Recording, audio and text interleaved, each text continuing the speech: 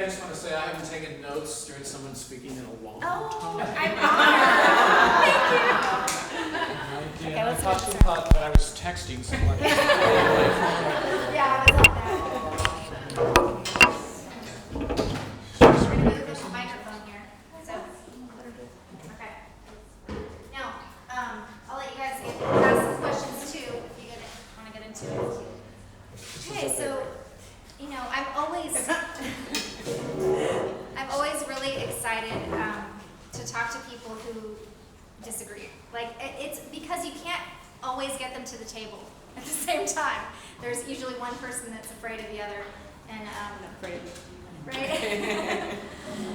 And so, yeah, and I won't fight. No one's gonna fight.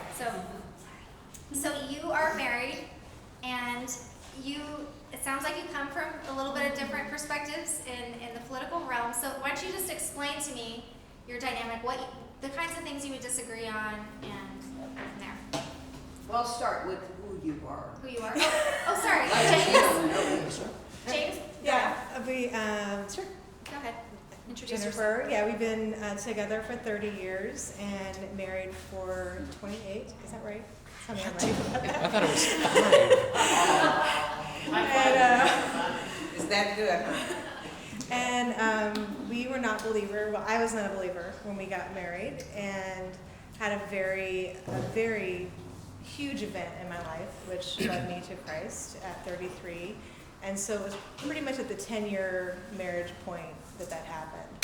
I'll let you tell your story of faith, but that was a huge, that was a huge shift for me. And I had actually been raised extremely liberal, and from the political side, and like really, at least as far as I knew, didn't have any Christians in my life, was not around any Christians that I knew of, or that presented themselves to me in that way.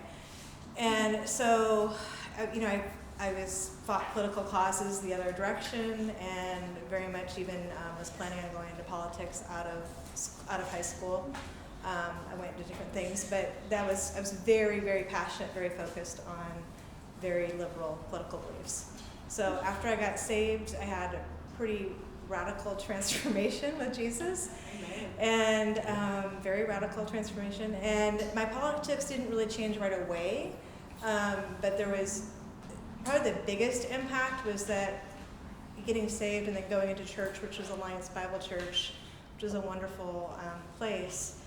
I saw all these people who were living their faith, and they were more conservative, and they were living out in their actions all the things that liberals would talk about. So they... Like what? I'm sorry? Like what? Serving people who were poor, working in prison, caring for people, not judging people, really loving people that weren't like them. It was radical change. I'd heard all these things talked about, but I'd never actually witnessed it. And these people just was like, is this real? Like, people actually live like this? And so my politics started to change as I started to just, dig into different things and develop, really for the first time in my life, my own beliefs, not what I grew up with. So I guess that's how I would describe it. Yeah. I'm James Bowers. I'm the son of Beba and Wilbur Bowers from Tulsa, Oklahoma. And my tribal name is Walosi of the Chalagi, and I'm an elder in the Wild Potato Clan. Could have been the bear or the eagle. No, Wild Potato. Never forgive my great-grandfather for that one. Yeah. I work currently at South Central Foundation as an administrator there. My background was in a way similar to ours, but very dissimilar, in that my mother was quite liberal, my father was quite conservative when we were growing up. And you didn't speak there was no dissonance in my household, because you would incur the wrath of my father, And so things were quiet in my household. I'll leave it that way. When things got noisy, someone was about to get hit. Basically, is the way it worked there. So I kind of grew up with both qualities, but leaning more toward the liberal. And then I was going to go into the medical field, but I ended up going into the fine arts field.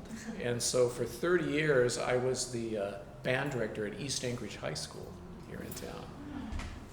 So just well and deeply immersed in the fine arts, which you can imagine has all sorts of interesting influences in it. And then at East High School, incredibly diverse. In fact, it's our nation's most diverse high school. So kind of grew from that be quiet to this celebration of diversity, which I think is kind of what we're talking about. Yeah, it is. And there were ways to celebrate that diversity, and there were ways that you shouldn't celebrate that diversity. And so what was really neat was seeing action. You can speak to an issue, and if you speak with respect with somebody who's an X check mark, Right. then all of a sudden you start understanding. And if you understand, and I'm thinking in terms of education for me right now, if you start understanding, you start learning. Because I see this vast desert of people that aren't learning. They're stuck here, and there's nothing being added to them at all. And that's both sides, right? That's true. So when I met this lotus blossom,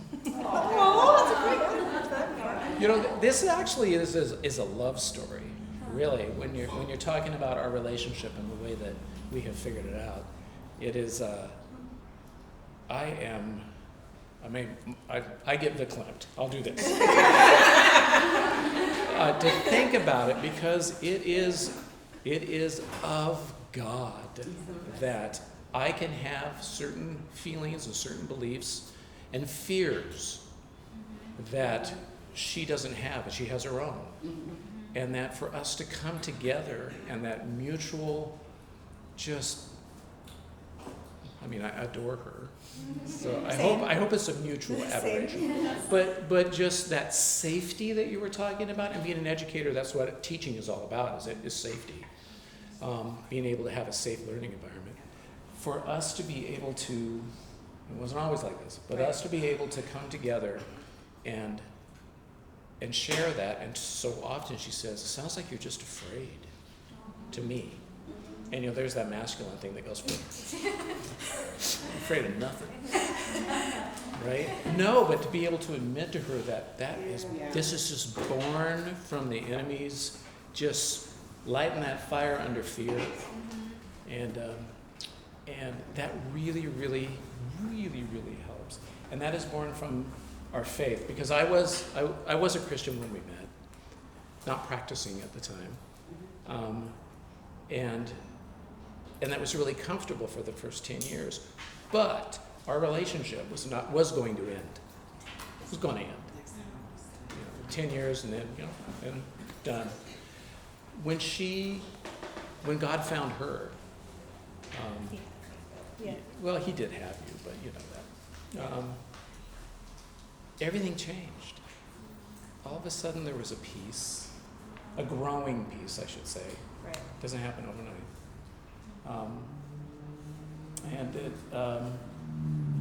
It is that link of God in our lives that has enabled us to kind of really understand each other, and it has really our diversity has really enriched each other. I have to say. Yeah. I like the term, like a diversity of ideas. Yeah. Right. Because that's probably the hardest kind of diversity to pursue. I Yeah. think. Well, I'm going to bring up something really hard because I think it's so timely. And we didn't prepare anything tonight because we just wanted to, whatever came up, we thought it'd be better we could do, because we have stuff that's unresolved, right? But this past year and a half with COVID, him working at a hospital and me owning a small business, our lives have totally different reactions to all of that. And it was like we were living out in our personal lives what was happening in the nation. And it was some of the most intense times we've ever had in our marriage, but since I got saved, basically. And it was so hard. I mean, I could just feel the enemy, like, I mean, I thought if he can be pushing this hard on our marriage, because we totally disagreed on how to handle it. We totally disagreed on many, many, many things. And neither one of us even really necessarily had evidence of why. Well, I mean, we would both say we did. But, you know, it's like, how do you work that out? And how do you live that? And I think I'll just speak that in those type of situations where it's that severe, I guess I would say, what finally broke through for me was relationship first. So what finally came through for me was that it's actually my son who was really terrified of him getting sick and dying. And between him and my husband just saying, like, this is where we're at and this is how we're feeling about it and being emotional about it, it broke through that. And I'm like, you know what? I'm just going to put the relationship first. Like, how important is it that I go do these things? How important is it that I'm out of the house all the time for a couple months, you know, at that point? And it just wasn't. And I know he was doing exactly the same thing for me. So I actually went to, like, Texas and went to a big Christian event where there was thousands of people.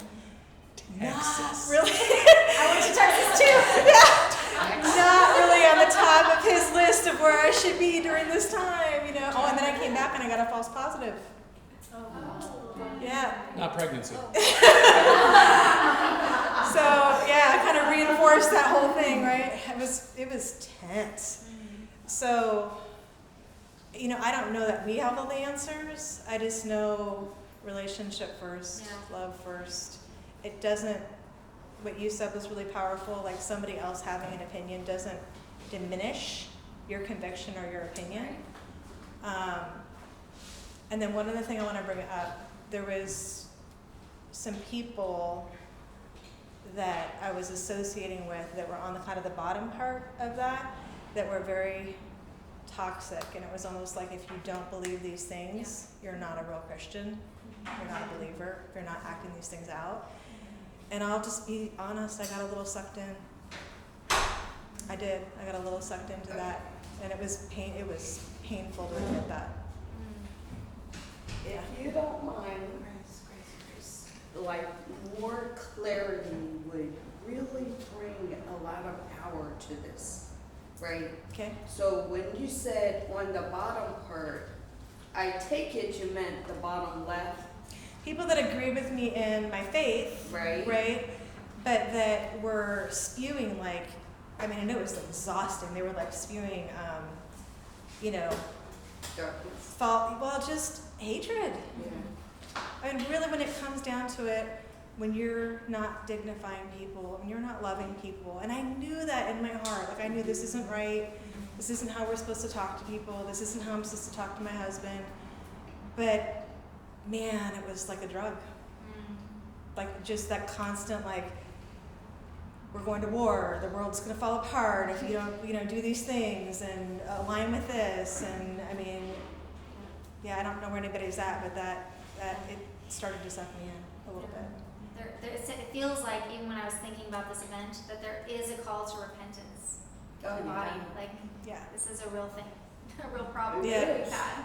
Yes. And I did really repent to James, and he, I have to say, he was so loving during that, because he saw it very much for what it was, but he knew me, and that's not who I am. And so he just sort of gently was like, Well, let me talk about my battle. Yeah, go ahead. Now too. yeah. Because my battle is because I do lean toward the liberal side.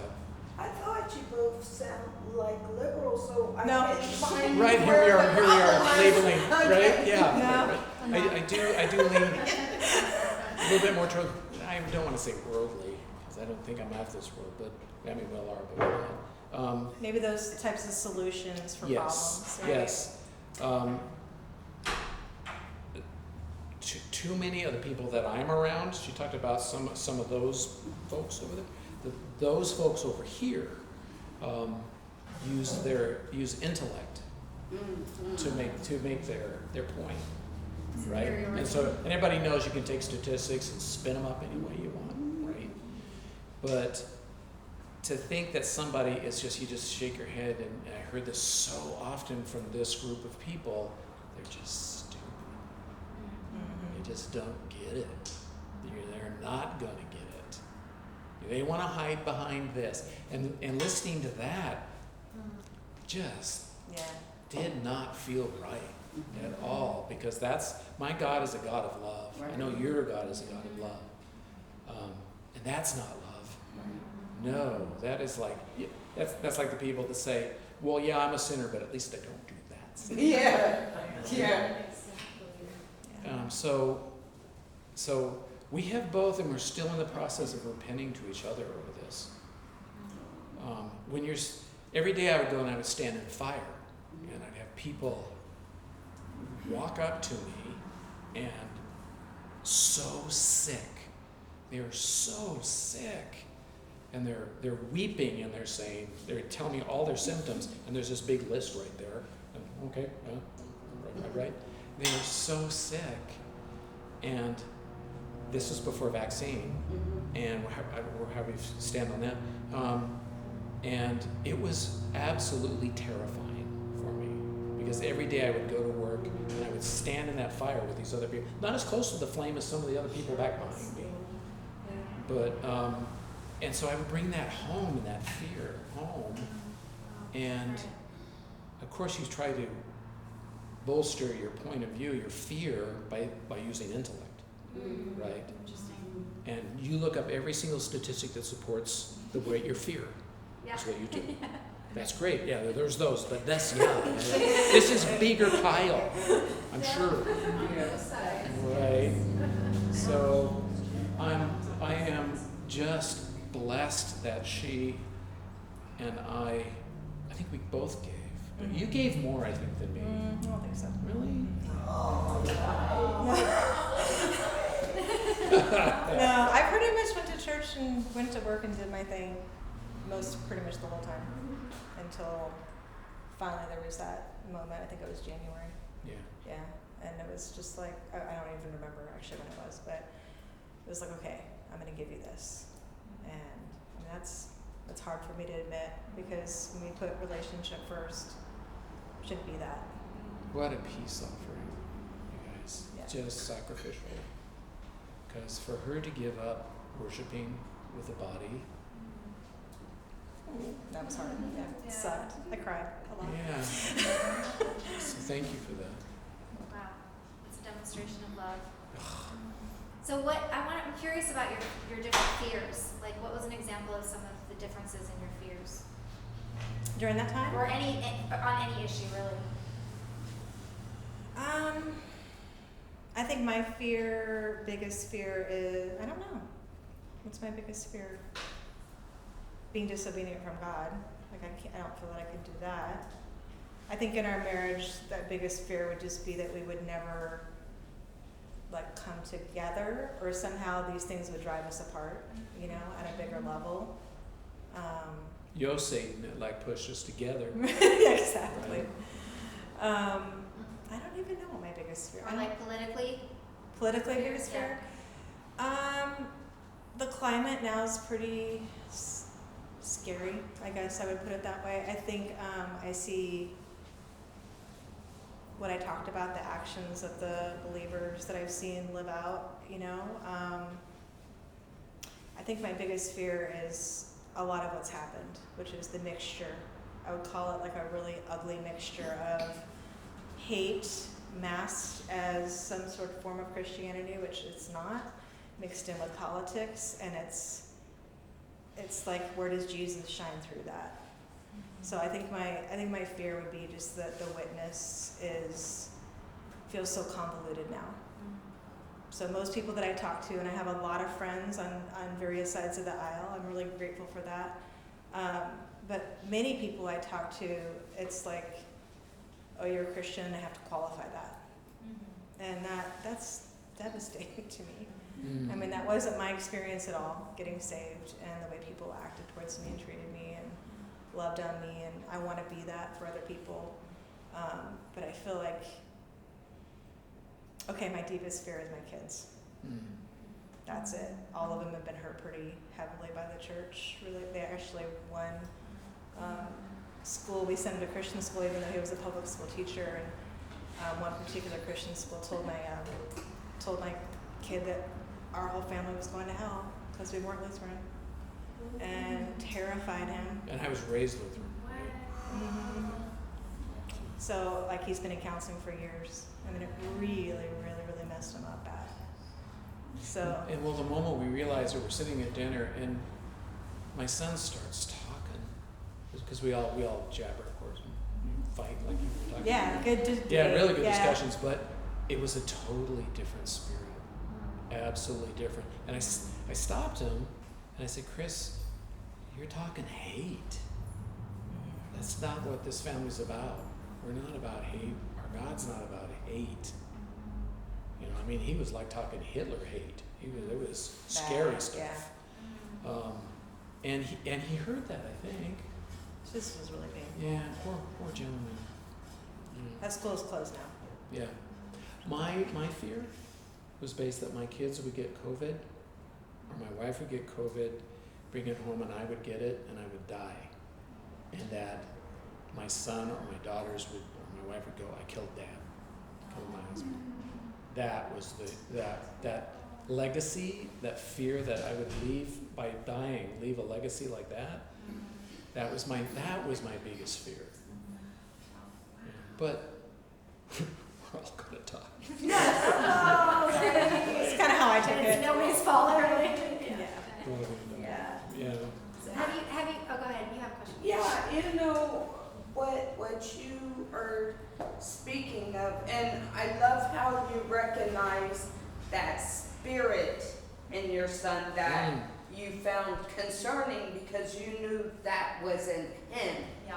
right? Absolutely. And I'm gonna tell you all, I have an appreciation for what came along with COVID. And that appreciation is all that we're talking about. These fears, they were there, but they were dormant, right? And here comes COVID bringing everything to surface, right? And now that you've worked through it, you're stronger together after dealing with what was in there, right? But it took this situation to bring that out. And that's happening on a world level, right? This is spiritual warfare. There's no other way to eat that. To me, that's truth. And I love your story because, of course, everything was great, you know? But when truth comes in, that's when the adversary really acts out and have to shake everything up, right? So I appreciate your story because it's just reflecting what's happening on a worldwide level. So your story is very powerful, and thanks for sharing. Yeah. I think the opportunity to go deeper is what I've seen in the last. I feel like I've grown more, even in my faith and in relationships and love in the last year than in my whole life. I've never felt safer. I know that's so weird, especially in our relationship. Yeah. That's one of the things that we figured out early on in our relationship. You know, we don't curse at each other when we're fighting. Of course, we never fight. We never curse at each other when we're fighting No, never. because she's always right. We just clearly demonstrated that wasn't true. Right? So we don't curse at each other. We never use the D word. It's never been used in it because that's not an option, right? So we've never done that. And that fundamental belief that she's mad at me, but that doesn't diminish her love for me at all. That is so hard to get in our society through your head, that she can be mad and she doesn't want to go away. Yeah. Or maybe she wants to go away. Maybe she should go away. But no, she can be mad with me, but she's not leaving me. Right. The love stays the Yes. same. That's so good. She's just mad at me. Right. She's hurt. She's sad. You know, they're just so different things, but that love, it's just right around us, and it's always binding us together. And it's that realization just changed my life. I had a practice marriage. Some of us get two, right? And But it has such a wider application to Yeah. the body of Christ, not leaving each other Yes. when we're mad at each other. Yeah. Because it's so easy to do. Yeah. It's so easy to passive aggressively do that. Yeah. Mhm. I loved your Venn diagram Yeah. description about overlapping stuff. Many people here, I mean, we don't have the same agreement in many things, of course, but there's that overlapping that happens, like a Venn diagram. I used to go, math, I remember this in junior high. And that ties it all together, and all those lines come together and pass through each other. Yeah, I love seeing that. I'm synesthetic, so I see things differently than other people, and hear things differently. But it's really a very appropriate analogy or metaphor for me. Well, and the Spirit of God provides that. It's like that's, like if we're all one with Him, it seems like we can come into that oneness with each other, even though there are things on the periphery Right. that are out here, you know? And the other thing I think is important to distinguish when we talk about political conversations is there is a lot that God isn't totally one way or the other about. Like there is a lot of room, I think. There's right and wrong, Yeah. but then there's also a lot of room for us to build our society together Yeah. that I think God lets us do. I mean, if you think about the Garden of Eden, right? There were 2 trees that had clear directions on, right? Yeah. The rest of them were ready for it to eat, right? To enjoy it however they wanted to. So I think that's an important thing. It's not always black and white. It's not always this or that, right or wrong. The control thing. Yeah. Yeah. Because it seems like you're coming to those important decisions together, the ones that really matter. Yeah. Yeah. What made you the most angry at me? During that time, just I could just feel your overwhelming fear, and and I did try to empathize with it, but there was this part of like just fears of the enemy. Like, can't you see that's what this is? And I think we can do that to each other, right? Like we each have blind spots, and it was like you're allowing this to just destroy you, Right. and just like hurt you and now hurt us, and I could just feel that. So. And I just could tell that I couldn't get through on that. Well, the enemy's he has several, but 2 really big weapons he has is being sick and dying and suffering, Fear. right? Yeah. And no control. Wrap all that together in a package and go, here you go. Exactly. Well, when you have God, there's eternity, so that kind of. I asked my husband today, and I don't know why. It's like, why do we have fear of dying?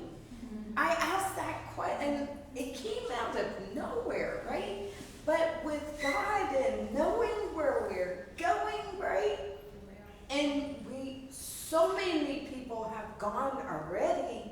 What is you said your legacy, which real, right? Yeah. True, for real. Right. But fear of dying, knowing, You can't threaten anyone with heaven, right? Yeah. That's more where I'm at. Like I just feel like He's already saved me from so much. yeah. Like I get to go be with Him. Okay, cool. James, hearing what you said about your fear being that one of the kids would bring it home, they would likely recover just fine. Sure. But you being older, more mature, it could have, Right. devastating effects for you. And I don't know, I just think that's, even though I think that my opinions probably lean more with Jen, hearing you say this from this perspective about just that you would never want your children to then go the rest of their lives carrying that burden. Yeah. That really impacts me. It's kind of made me see things a little bit differently. That and my profession right now has me in a position that I could bring it home to them. Yeah. Right. Yeah. Plus, you're just seeing it Yeah, and I in see it it all every day. day. Yeah. Yeah. So. I have one encouraging things that I've had. Can I share real quick? Oh no, no encouragement. Only one. I just feel like I'm supposed to share this. So I got saved, and then the incident which caused me to kind of like come to my knees was that I had actually committed a crime, which I didn't know I committed a crime, but I did. And it took 2 years for me to end up going to prison. But I did go to prison for a year. And by the time I went to prison, I was like an on fire believer. I got saved about a month after the crime. And so I was there for a year. And what I saw God do, and there's actually my counselor there wrote a book about it, but so the prison was very divided. It was in California, and it was black, Hispanic, white. And but what was stripped away was all of the worldly identities of people, right? So we're all wearing the same stuff. We're all there for the same reason. We all know we're sinners, right? But there was still this division of black, Hispanic, and white. And what I saw God do in the first 3 months I was there is He started breaking those barriers down. And we started having church services together, and was doing praise dance and crazy stuff. It was awesome. And basically, I guess what I feel like I'm supposed to say is that unity, it wasn't like saying, you're not black, I'm not white, you're not Hispanic, we don't have our own cultures to celebrate. It was the opposite of that. It was celebrating each other for who we were, and seeing God in each other, and not putting it down and pretending it's not there. And there was a massive revival. I got to lead like dozens of women to Christ, and it was a transformed place. I mean, it was unbelievable by the time it was done. It was hundreds of women that came to Christ.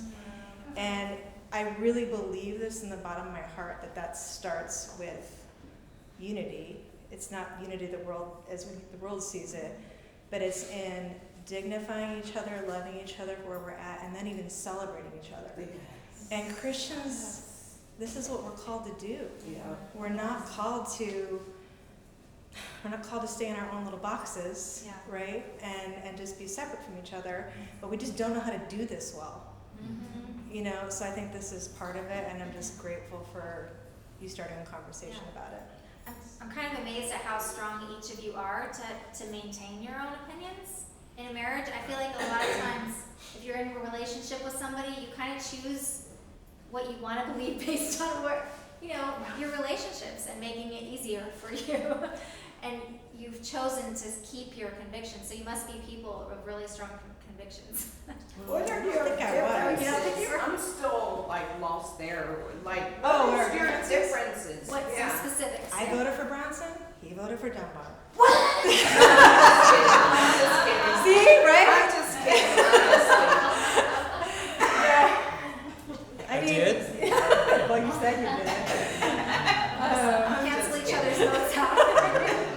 So we watched the debate, together, and we we talked about it, had our opinions about it, but it's like we believe very much to the same things. Yes. It's not that we don't believe the what.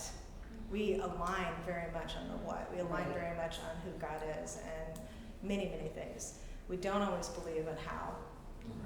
Right. But I think if you were to visually, that is our relationship, this melding, and it's gotten so much closer. Yeah. I've moved her direction a lot more than I ever thought.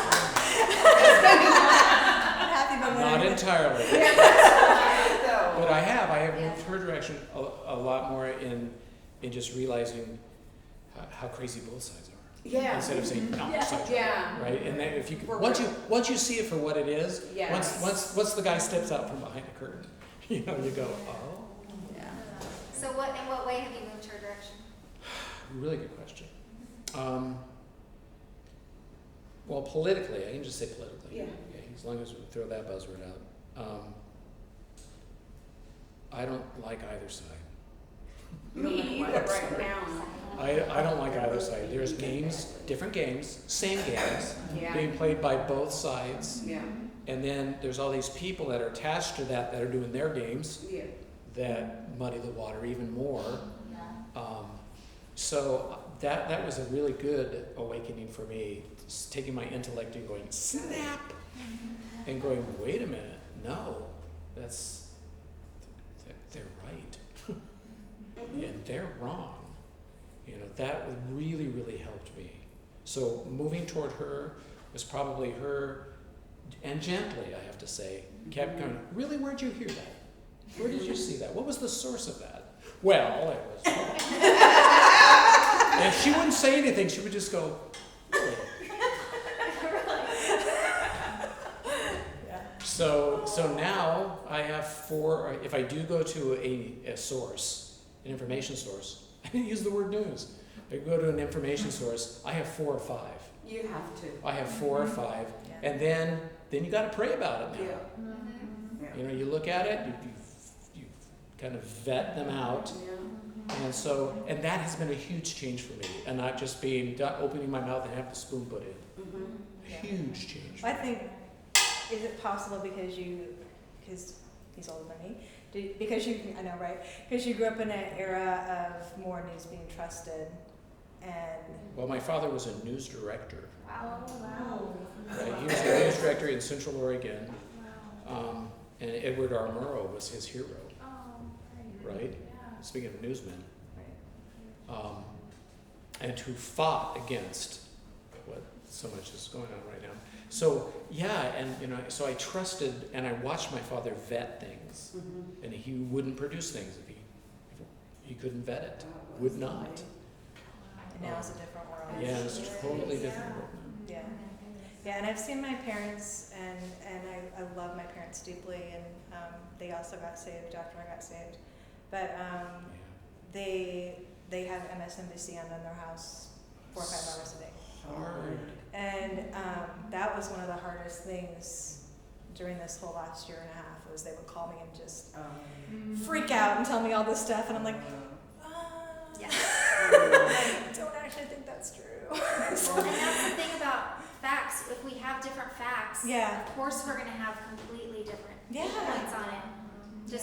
And it's different language, right? Yeah, So it's different. There's, like you said, the terms can even mean something totally different on one side. And if you think you're talking and saying that, you know, and they think it's something else. But I have had a lot of really good conversations with them, but it's still a choice. We all still have to choose what we believe. Was there ever a shift of like not engaging to engaging more in your marriage? Like, did you ever have a time where you were just like, no, we're just going to kind of keep our thoughts to ourselves?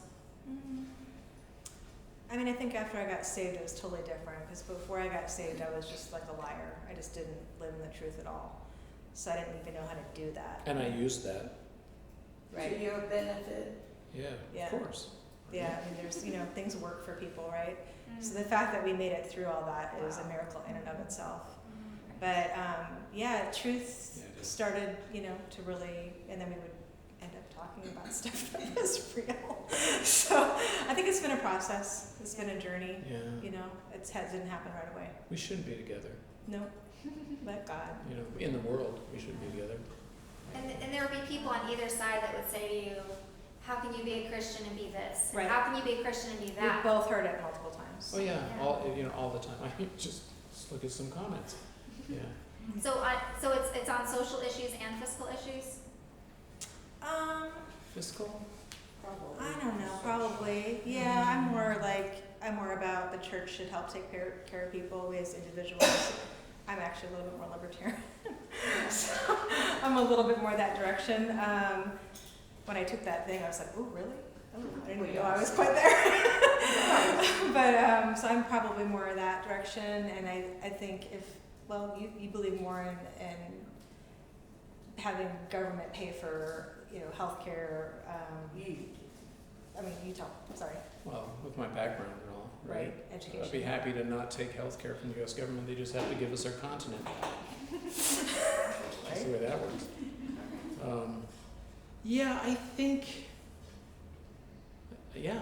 I think you're right. I think I am.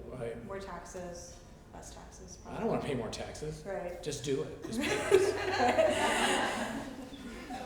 Do right. Yeah. Yeah. Yeah, I'd say we don't always agree on that. For me with COVID, what I had to give, because she was talking about what she gave, what I had to give was actually something you had to give for our daughter, when our daughter was going through a very dark time. She had a traumatic brain injury, And my wife finally just gave her over to God. We were fighting, fearing. And that was a huge change for her. And I remember that when she did that and the change that it was in my wife. And so I had to do that and had to say, go to Texas. Who wants to go to Texas? No, I had to say, go to Texas, sorry. Go to Texas. If you're meeting with some people, meet with people. And just give it to God and just say, you're the ones deciding this anyway, no matter what she does. That's so hard for a person who stood by intellect Yeah. to give that up. Who else has questions? Anybody? I just want to thank you both so much for sharing. Oh, so God, much yeah. of this, like, it's very relatable. And others have said it's really helpful, just I think for everyone to be able, understanding is what we're looking for. Thanks. I know it doesn't make sense on some levels too, but God doesn't always make sense, right? I can't wait till I die and I'm in heaven and I go and there's these big mysteries, right? And I go, yeah. Yeah. Oh yeah, I get it. Yeah. That's gonna be really fun. Yeah. Yeah. I think it will. That would be the best part. Thank you. But, you are amazing. And thank you for sharing what the Spirit led you to share. Because, from the outside looking, I can see how you were sent, we're so quick to judge, right? Yeah, we're quick to judge ourselves. I did an awful thing but I, on the other hand, could see the blessing that it was for God to send you in there. Like, right? Do you see? Oh, yeah. Okay, good. Yeah, totally. Yeah, you Yeah. are amazing, both of you. Thank you very much. I'm curious, in the prison, did they divide the people that way, or did they self-segregate? Oh, self-segregate, totally, yeah. So I didn't even know, so God told me the day I went in, I actually just walked in, so federal prison, so like no jail or anything. And, but he told me specifically that he was gonna highlight people to me, that I would connect with. And all three of them were Black. And so I went immediately to the church when I got there. They had this church in the middle of campus, prison. And so felt like a campus. But anyway, so I went there. I didn't know it was a quote unquote Black church. I didn't know any of that. But I just knew the three people he told me to connect with were these three women. And so, his favor went before me, and I just, with total naivety, was just like, I'm here to do whatever and serve God, and this is where I want to be. If I'm going to be here, I want to be here, right? And they just loved on me, welcomed me in totally. It was beautiful. And I didn't even know this until later, but they called me a pastor's wife, I think it was. Something Preacher. Preacher's wife, yeah. So then I was protected too. So because people wouldn't mess with you if you were, of God.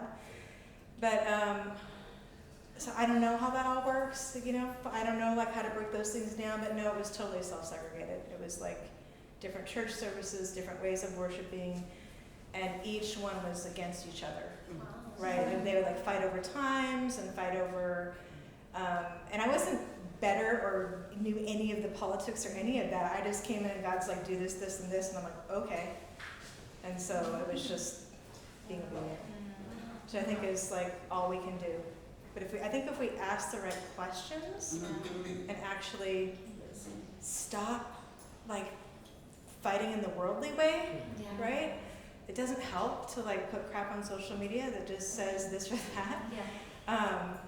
I mean, the stats are, you guys, 80% of Christians that are African American vote Democratic, and 90% of evangelical whites vote Republican. So we have a different way in cultures. I'm not saying you guys are or any of that. I'm just saying those are the stats, right? So you're not going to win anything by going that route. I think we just have to follow the Holy Spirit and Like, how do we do this? How do we have conversations? How do we break through that? The how, yeah. The how. Yeah. That's what I wrote down by the way. But it was awesome. Like within like literally a month, everything just started changing. So, yeah. Two people can do this and be married. We can certainly do this with our friends, right? That's it gives right. us hope, really. You guys That's give us right. hope. So thank you. Yeah. Thank you. All right. Well, thank you guys. Thank you. Yeah. Well, Lee, I have a question. Can you review the way? yes. Was it 4? The way, The way and then the how? the way, the what, and the how. The way and what. Oh, sorry. The way, the what, and the how are kind of equal, but I mean, yeah, you get to the what is probably first, then the how. The how is just a throw in there real quick, but and then the who. The who is last because Who, when, what, how, who. you know, if we can't agree on the what, how are we ever gonna pick the who? That's a lot more complicated. So, and the who can change. Maybe it's this who today and that who tomorrow, but that's what I noticed when I started jumping into politics. I was like, okay, all of a sudden it was, let's get this person elected. That's what it's all about. It's getting this person elected. I'm like, wait, where's the conversation? Where's the theoretical? Where's the what? We were missing the what. And I was like, because, back in what I imagine as the old days, I don't know if it was true, but you feel like they were having more conversations. That our society was set up in the assumption we were going to have these theoretical conversations, and we might be watching them on TV or whatever, but we're not engaging in them. And that's, we're not sitting on our front porches anymore. We're in our houses with our social media, so it's a lot different nowadays. And I feel like we're going to come to better solutions. We're going to become solutionaries when we can learn the what. As we've established a culture of, what is it? Not the how, but the way. what? The way. The way. When we've established the way, we can do it better. So just get rid of all the fog, and all of the distractions and all of the toxic people that are loud. They are extremely loud. But I think about the scripture of Nehemiah, and remember Tobiah and Sanballat. Remember those guys? They were shouting at Nehemiah and trying to distract him from building this wall. And he's like, I don't have time for you. I don't have time to go down to your level. That's right. Right? That's right. So I want to find those people Yeah.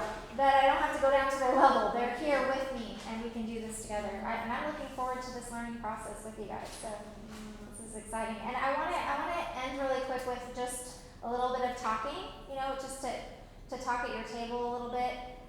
Maybe there was something that the Lord was stirring in you, like a piece of repentance. And really, repentance is just a mindset shift. Like, I've been thinking about it this way. I need to start thinking about it. Maybe the Lord's percolating something in you. Maybe it's something about going from being a peacekeeper to learning how to be a peacemaker. Maybe you've always been that peacekeeper, and that's great. But let's learn a new skill for this day and age because we need it, right? So if we could just get in groups real quick and talk a little bit, and then maybe just pray over each other. And you guys know how to minister to each other, right? So, all right, go ahead. Do you want us to do this? Yeah, 3 maybe, 3 or 4.